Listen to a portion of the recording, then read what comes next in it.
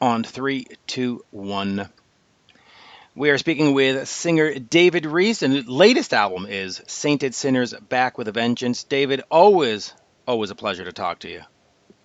Likewise. Hello, Mr. Lafon. Nice to see you. Good day. In fact, according to Skype here, we haven't done this in exactly a year, so it's due time, I think, that we're A back together. year. That's what it says. It says we haven't spoken in exactly a year on this uh, That would iteration. be the last one we did when we were in the studio, I think, in Germany. Frank Yep. and I, right? Crazy. That would That be, long. yeah, that long ago. So let's talk about the Sainted Sinners. Of course, Back with a Vengeance came out earlier this year. Where are we going with the band moving forward? We are now May, moving into June of 2018. What is sort of the plan? Are we looking at making another new album? Are we going to ride this one a lot longer? Or where are you sort of creatively and on the business end of things with Sainted Sinners? I answer to question one and two and three. I don't know. It's weird because I think we talked about it before. Hmm. Last year, I had to retreat back to America to go work, and Frank went on tour with Bonfire. And there were heavy plans for us to do a bunch of shows. Well, this album, regrettably, our last show, I think, was the 21st of February in Austria. And poof, he was gone. So I really don't know what's happening. We're both kind of like co-founders, co-owners of the name, but we're not really speaking. It's a weird time. I mean, he's out with Bonfire right now, and I'm doing my thing, and it's sad because I mean, we played like six shows, and then I mean, it was literally February 17th, I think, was the release day, and what is it now, May 20th, and I'm sitting at home, and he's off. So I don't know the answer to that, Mitch. I regret that. Is it a band though that you want to continue if you can get everything sort of sorted out? Because the last two Sainted Sinners. Yeah. So I want to keep saying Saint and Sinners Yeah. because I'm a Kiss fan. Yeah. Well, I uh, mean, I wanted to call it the Sainted Sinners, and he hated that. But Sainted Sinners, obviously came from Saints and Sinners from Whitesnake, I think, in his head. But right. your question? Yeah. Well, so is it something that you do want to continue, assuming that you can get talking to him, or because I know you sent me a couple of David Reese solo tracks. You sent me one called Perfect Apocalypse, another one called Anytime at All. One fact, let's move into that. Talk to me about those songs and what are they for? Are we looking at a Reese album like back in the day with Compromise and Universal Language, or is this sort of a new project? Well, the first question with Frank and I, where's that going? Uh, do I want it to be a band? I did originally, but I'm kind of got my hands tied behind my back because he's in Bonfire, and that didn't actually leave on a pleasant note. So I kind of refuse to be put in that back seat. So the songs that I sent you, I've signed a multi-album deal with Target Records in Denmark, and the album's finished. So yeah, I'm solo now, and a lot of it has to do with I just don't want to be in a band, and because being in a band is like being married. I don't know how to answer it, Mitch. I mean, I've known you a long time. I don't want to be bullshit you or anything, but I just I'm more in control of my own destiny. And last summer, when I was back in Montana, I started thinking, you know what? He's on tour. I'm sitting on the toilet doing nothing at 5 a.m. going to work. And I started thinking about writing songs that had been in my head and finishing. So I began, and it's done. So I'm kind of like stepping aside from all that. So I would say Sainted Sinners is on the back burner right now until he reaches out to me. I don't know what's in his head. I don't know.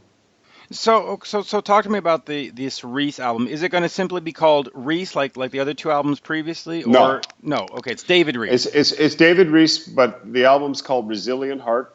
Okay. Resilient, everybody knows what that means. Yep. I'm a heart attack survivor, so it's kind of got something to do with that. I was always thinking that a lot of the albums that I've done the last few years have been kind of the samey, and kill me if you want, but I'm a fan of some of the new bands, the modern sound. and I wanted to apply my voice to that modern sound. A lot of the Canadian bands, Nickelback, actually, I'm a fan. Um, I was thinking about that a lot and thinking, this Whitesnake kind of soundy thing is not working for me, and I wanted to step out of that box. So this album is far more modern sounding, guitar wise, and it's got the same kind of Bangalore choir except Eat the Heat vocal stuff. But that's the direction I kind of want always to go. But when I work with Frank, it always seemed like we ended up with that Whitesnake Be Purple, David Reece, Richie Blackmore thing. So I hope I Well, answered that question. yeah, you did. So talk to me a little bit about this. I'm going to ask you about Nickelback for a second because you mentioned them. This is a Yeah, band that gets poo-pooed on or shit on, if you want to be more vulgar about, absolutely. all the time, and yet sold out shows year after year, Everywhere. uh, albums sales in the millions. Why do you Yep. think that band gets hit on so much? And are you taking a risk? Not, I'm not saying imitating them, but trying to emulate them and trying to give you that kind of sound. Well, it's not emulation at all. Right. To me, it's more of the fact that Spirit. I believe a spirit. Right. It's a spirit thing. I believe in their spirit, and I really don't know the answer why people shit on them as much as they do, because their tongue-in-cheek lyrics and their delivery on songs is fucking great. They're playing in Italy in a few weeks, and it's sold out, like you said. I don't get it. I think it's more of a musician hate thing, because they're successful. Um, I don't know if weren't they like part of Creed or something like that before? There was some kind of connection Well, they were part of with that that. scene, but they're not, I don't think they're. I look at it a little bit like Poison. Back in the day, Yeah, Poison was always ragged on for not being this and not being that, and yet they got all the ladies, they got all the fame, they're still touring in 2018, sold out shows. So I think there's this inborn jealousy among some that yeah. how did these guys get to be there? How did they do it? Yeah, I, you know why? Because I think, like you said, their spirit and their music, and when they came out, I said that lyric is great, and that guy sings great. And what's his name? Craig, Chad. Chad, and I don't know. I admire what they do. I mean, I like the process guitar sound, the traditional, stereotype of the Les Paul and Marshall thing is yawn. I don't know. Maybe that's it. The guys are going, hey, these guys proved me wrong. It's kind of like politics. It's like Trump. If he actually does well, I think my country in America, as an American, the biggest problem they have with him is because if it works, then 250 years of our policy has failed. It's a kind of the same thing. I mean, everybody wants our genre to be successful, and when somebody is, they shit on it. Brett Michaels, there's always something that I say, Mitch. It's the it factor. You either have it or you don't. And Brett Michaels has it. I agree. You know, there's you can't deny that girls in their 50s down to their 20s are throwing their underwear at a guy who's in his late 50s. It's working, and you can shit on him as much as you want, but I tip my hat to the guy because he's got it. And yeah, the songs are party pop, but that's what people like. And if Nickelback is a disgrace in some of my fans' opinion, then so be it. I mean, I say what I think. Yeah. And I wouldn't qualify myself as a huge fan. I do have some of the albums. Mostly they've been given to me by record companies, and I've listened to them and enjoyed them. So and Nickelback live is just an experience. I mean, they Yeah, really tear it apart. yeah, Now, yeah, let me move on here to Accept's Eat the Heat, because we have yeah. talked about this in the past, but you have done something unique since we last spoke about it. You took the entire album, did some album shows. Um, Talk to me first of all about that experience and getting set up for that and organizing that, and what was that like to sort of do an album show of Eat the Heat?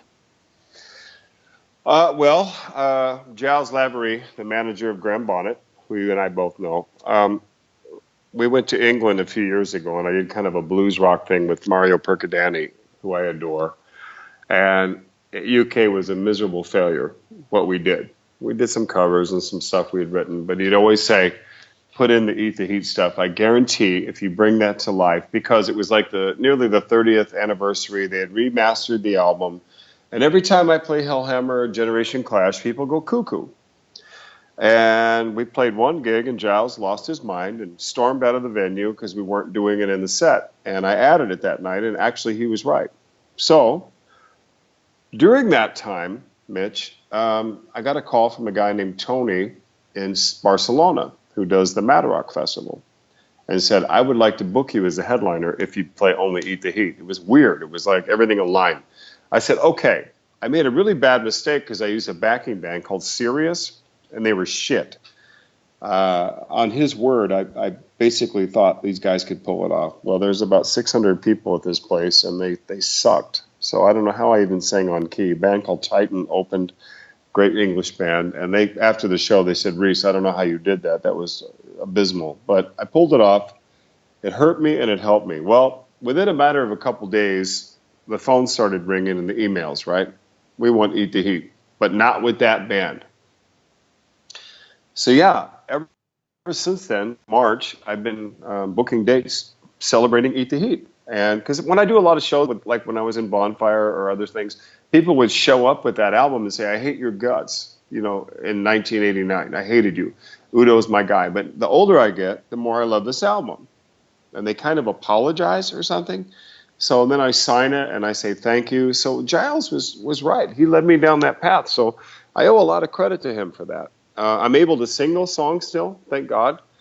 But it's been a challenge, but it opened a lot of doors for me. It's kind of cool. And then above and beyond all that, Accept played Milan a couple months ago, and they invited me and put me on the guest list. So, Wow, water under the bridge. I mean, I didn't hang out with cool. the guys.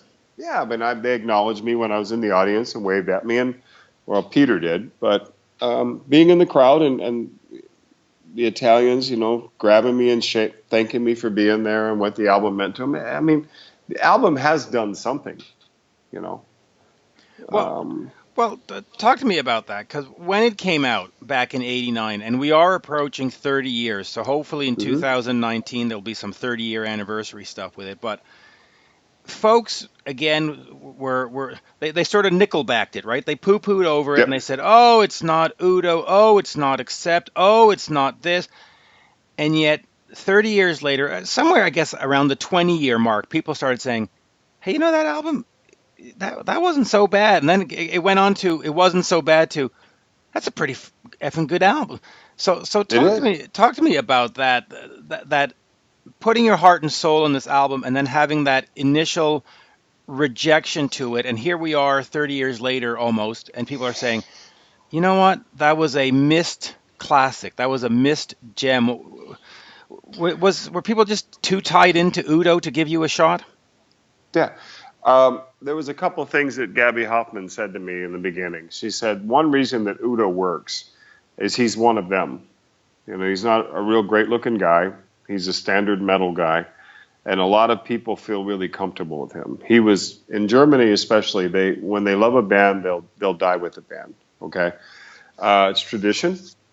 And they got an American guy and came in and do this polished sound thing and blah blah blah. So the traditionalists, 50% of them hated my guts. Literally, I got threats. It was insane. And the other 50%, more away from Germany and that area, kind of liked it. During the recording process, actually, I remember clearly, like yesterday, Dieter Dirk said to me, he stopped recording and looked at me and said, you realize if this album fails, it's your fault and my fault.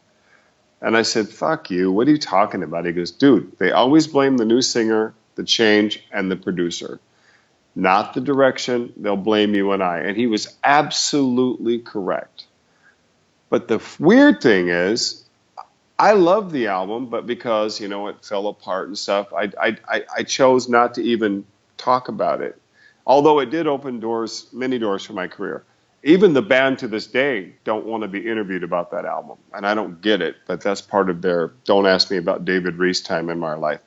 But the fans have now, like you said, the last, well, 20 years later and 30 years later, are now coming to me going, sort of forgive me. This is a great album.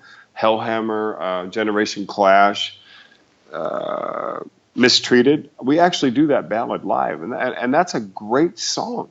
Um, I don't know how to answer it. I mean, if it's probably a good thing that it survived, um, Were and were I'm you blessed. were you concerned about the musical direction they were taking being a bit more polished than Balls to the Walls and some of the other stuff? Were you listening to this saying, "Uh-oh, they're trying to become Motley No, Crue," and no. no, because I understood the idea from Epic Records, and you guys are doing 400,000 copies with Balls, but we're not doing gold. We need to break this band because you have the foundation. I got that. But if you listen to the album closely and Russian Roulette, there's not a lot of change in the guitar direction, the production. I mean, a lot of people now actually mention that. The more I've listened to it, it's got that Russian Roulette kind of vibe in some of the guitar work and rhythm. I got why they did it because you can only take Udo so far commercially. And in the 80s, what was happening? The blonde lead frontman, uh, the American slang. Let's take this metal band. I honestly was not afraid of that at all. I thought that I could pull it off, but I was wrong because there are what is the word? The traditionalists. The other word for it that The you diehards. you betrayed us. How could you do that? Um, yeah, I mean it's proven though. It was time for Udo to go. I mean he's gone. He's doing great on his own.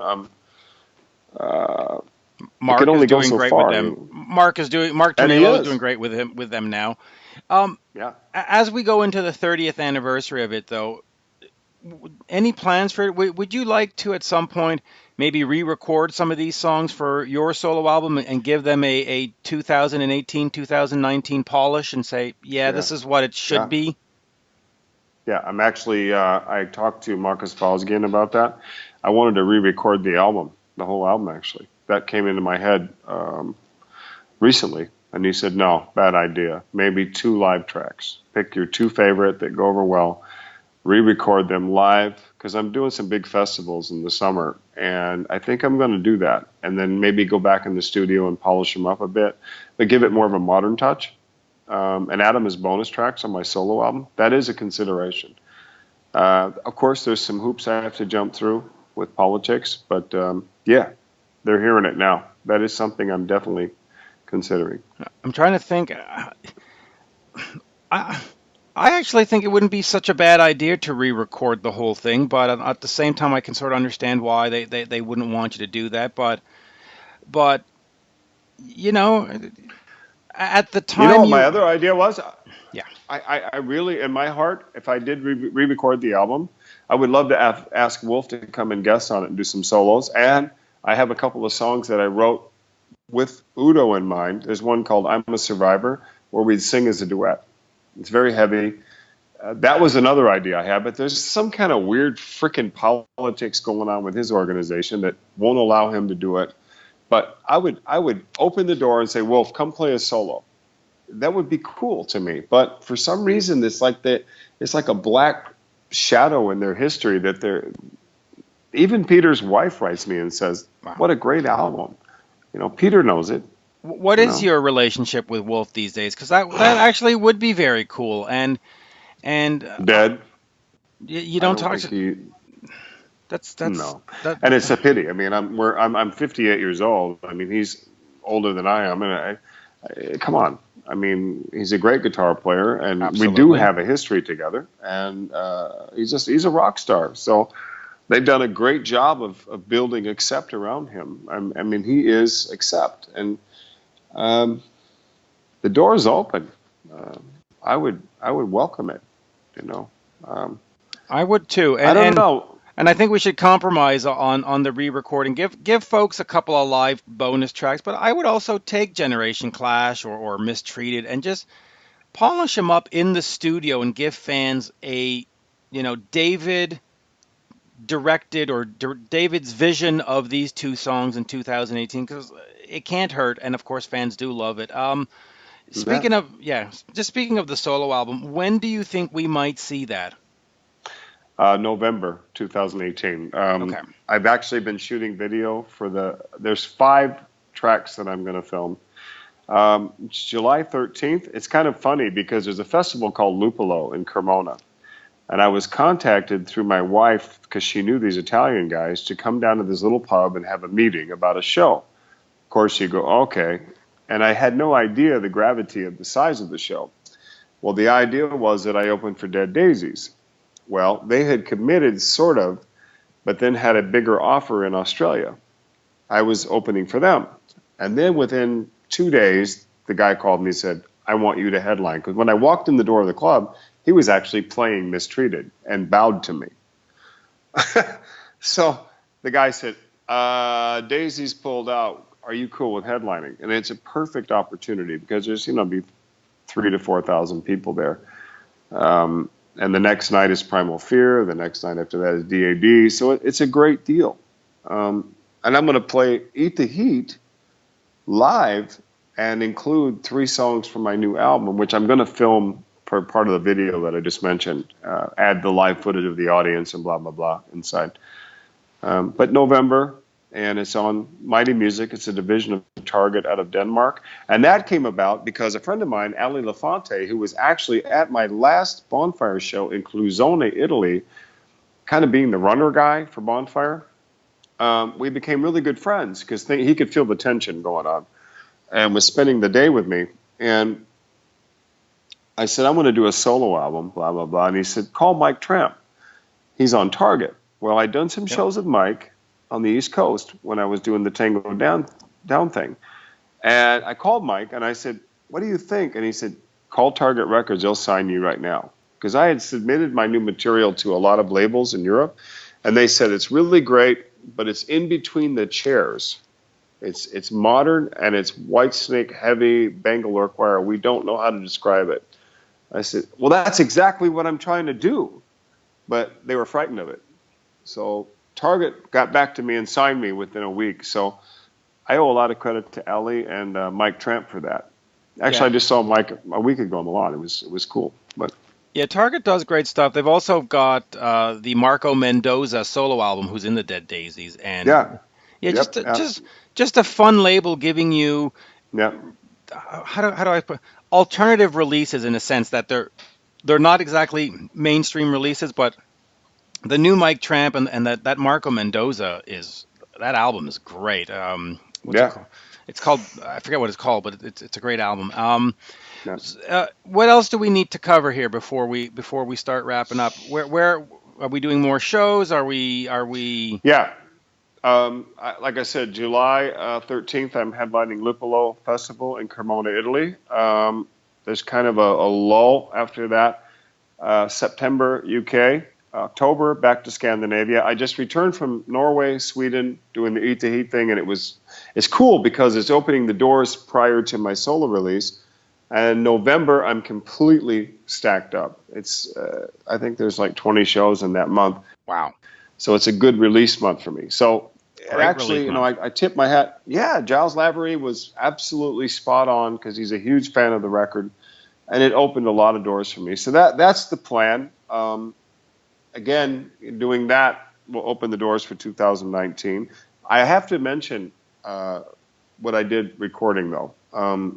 The band is Marco Angioni on guitar, Martin Jepsen Anderson on guitar, and Marco owns a studio called Death Island Studios. He does a lot of hardcore and stuff like that. It's in Denmark.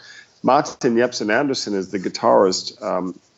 They're both amazing, okay, guys. My bassist is actually Malte Birkett from Saint and Sinners. That guy's got it.